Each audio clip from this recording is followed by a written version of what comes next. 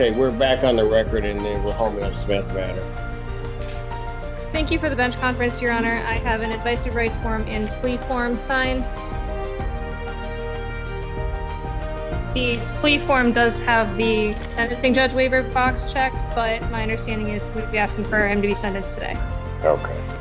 And I have no objection to immediately sentencing him. May I have him sworn? Raise your right hand.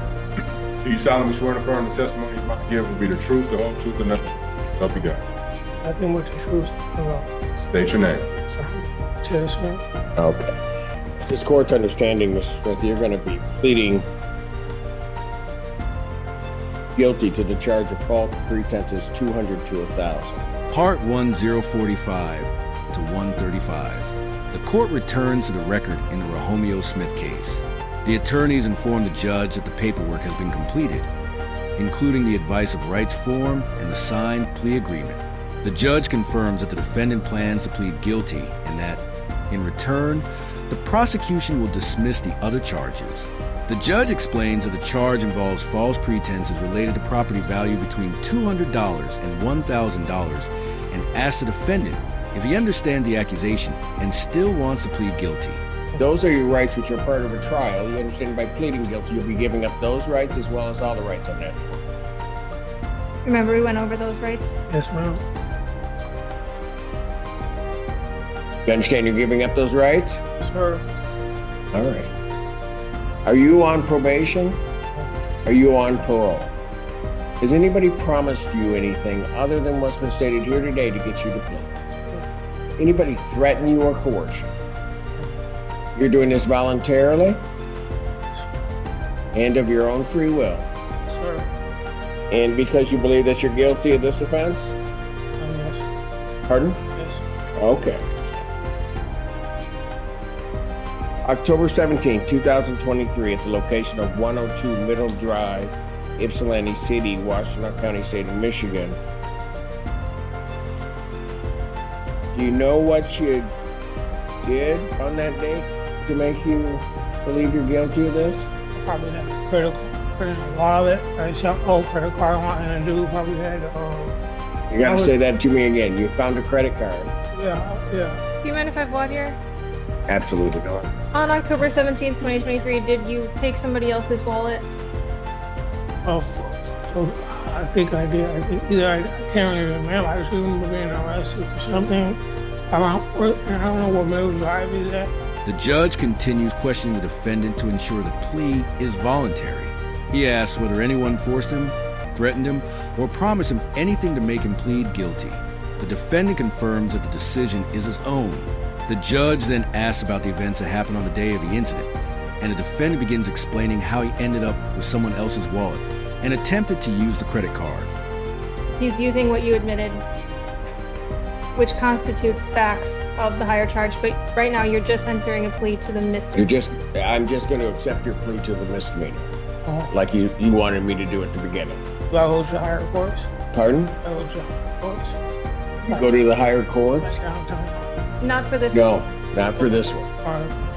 In fact, we're gonna, in a very few moments, we're gonna be done with this case entirely. Thank you. You're welcome. All right. Court will accept the defendant's plea of guilty to count 3. Counts 1 and 2 are dismissed. Is there anything you'd like to say before I do a closed sentence on this case? Don't have to say. Okay.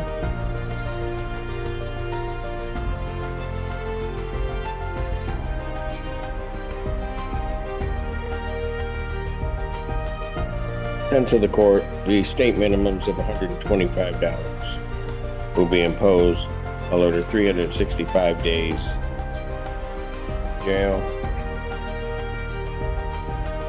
Credit, 365 days served.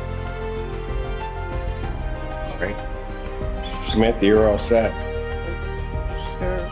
Yes, sir. You're welcome. Take care of yourself, pal. Thank you, Your Honor. Court's going to stand in brief recess. All rise.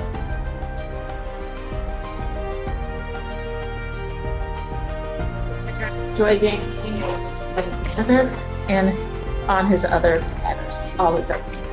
All right. And what are we doing? Your Honor, for 3 of the cases, we have, both parties have agreed on a referral to mental health court. So for those 3, we're seeking a short adjournment to make that happen, hopefully. Then what about the other one? That is correct, Your Honor. We're also seeking mental health court on that matter as well. After hearing the explanation, the judge determines that the facts support the guilty plea. The court officially accepts the defendant's plea to the misdemeanor charge while dismissing the other counts. The judge then moves directly to sentencing and announces that the defendant will receive a 1-year sentence, but with full credit for the time already served. Okay, so what do you want me what do you want me to do? Your Honor, I believe we're asking for an adjournment for those matters so that we can do the mental health court referral. Okay, but in the other case, We would like to- adjournment, are you gonna have an objection to an adjournment so they all track? No. How long an adjournment do you need for the mental health referral? 3 weeks, please.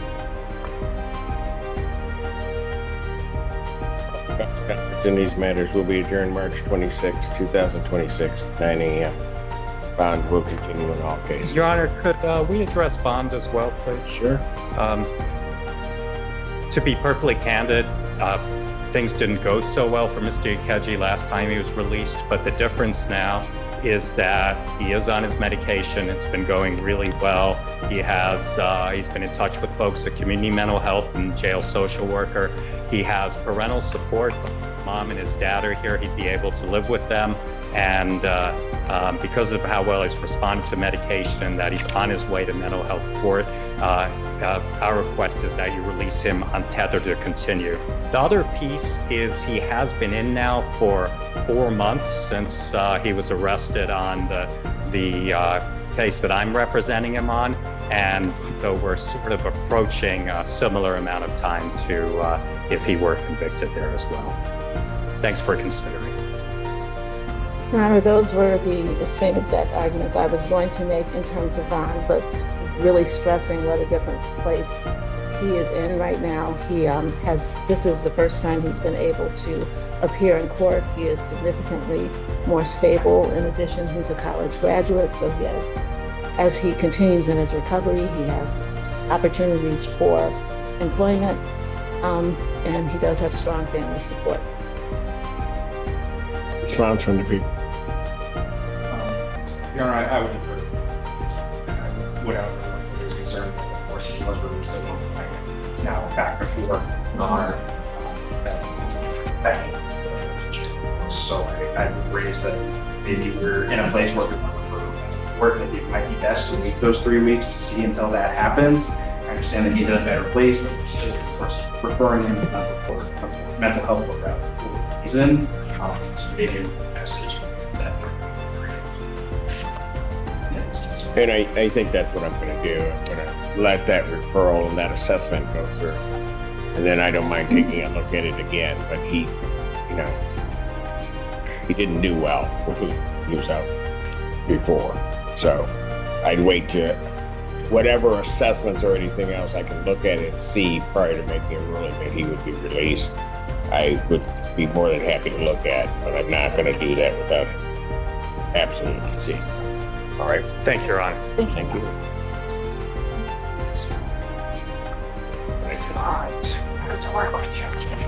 Court does call the case People versus Erica Chimente. Does call the case People versus Larry Cassura.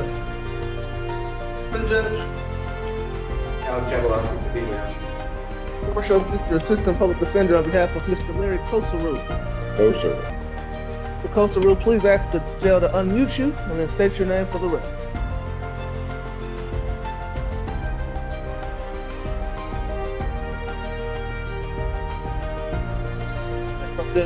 You may. Hello, Hello, state your name, sir. Larry Kazaru Jr. Close. Thank you, Judge. Notes in my file indicate that we did just receive some additional media discoveries from Mr. Kazaru. I'd be asking for an adjournment to review that with him. All right, you want the 19th or 26th? The 19th is fine, Judge. Probable cause conference, March 19th, 2026, 9 a.m. Bond continued. Thank you, Judge. Thank you. Thank you, sir.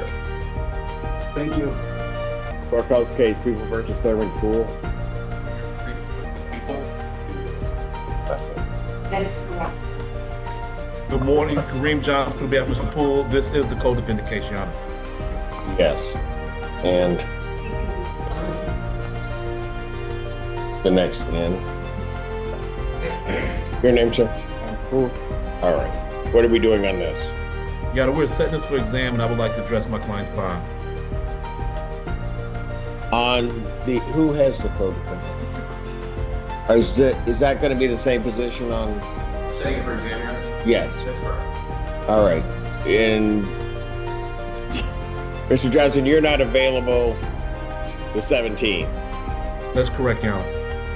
All right. So I think I said his other matter for the 31st when we looked at dates. Will that work for you, Mr. Burgess? That's fine. Is that okay?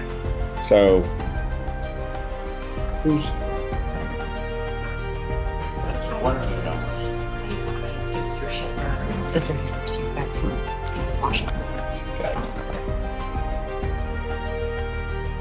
well, we'll just start loading at some point. I'll set preliminary examination in person March 31st, 2026, 9 a.m. before Judge Washington.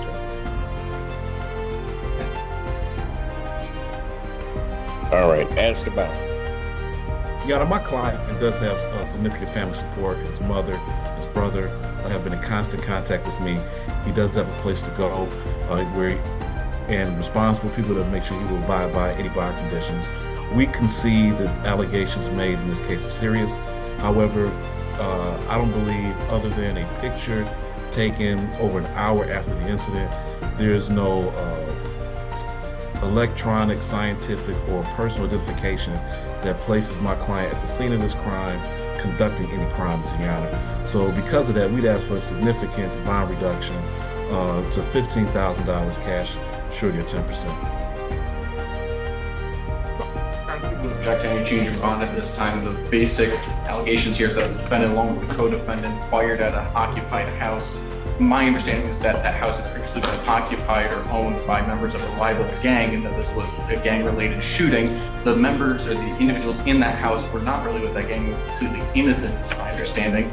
But the defendant and the co-defendant fired, I believe it was 25 rounds into or at that building, including some of those rounds being fired by a fully automatic weapon, some of those rounds being fired by a rifle. I have significant concerns for public safety. If the defendant is to be released now, I'd ask that bond remain as it's set. I guess the only concern that I had is Mr. Johnson indicated there is evidence that connects this defendant to this crime, I presume. Yes, it's a lengthy report. I can go through and try and find exactly what evidence that is, but I can have just a second. Well, that's okay. It's just Once the case is completed, the court moves on to other matters involving different defendants. Attorneys discuss mental health court referrals, bond conditions, and requests for adjournments. In one serious case, prosecutors describe allegations involving a shooting where multiple rounds were fired at a house, raising concerns about public safety while the court considers bond decisions. How come he hasn't gone? Your Honor, there was some miscommunication when he was released. And he has a plan now. He lives on Berkshire. He has a plan so that he can, and he'd be clean today if we were to test him. But he hasn't been over, yes. Well, he knows where it is now. But he didn't know before? No. He just said he didn't know where it was, Your Honor. Well, why didn't he find out? Well, be careful what you say. I mean, he hasn't tested at all. Well, he'd be clean right now. Well, Today? but he hasn't tested at all while he's been on release. That was from what, the 24th, so it's not like it's a couple months.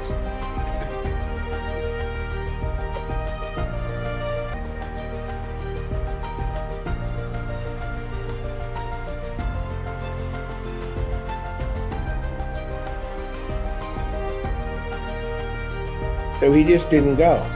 But he didn't know. That's my information, He didn't know what. that he was supposed to. Well, be careful what you say. Your Honor, when I was talked to by the magistrate, I just got out of Jackson County doing a year. I'm on probation in Jackson County. So the magistrate told me that I can test when I go report. I just reported Monday.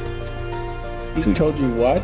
That I can apply with Jackson County probation.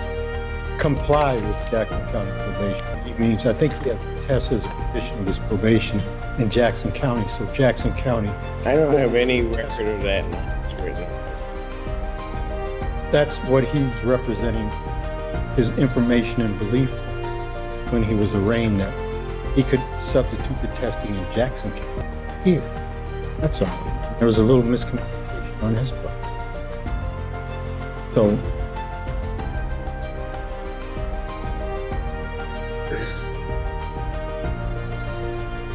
But he hasn't. Have you tested in Jackson? Yes, sir. When? Monday. When? Monday, sir.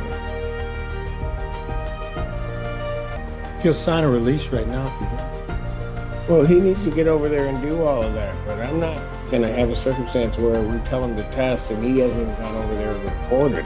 But he's testing at another. He hasn't reported and hasn't been in contact with our community correction. Well, he's prepared to do it right now. He's just being double dipped, testing two places, that's all. And it's not your fault. Oh, I know it's not my fault. It's not your fault.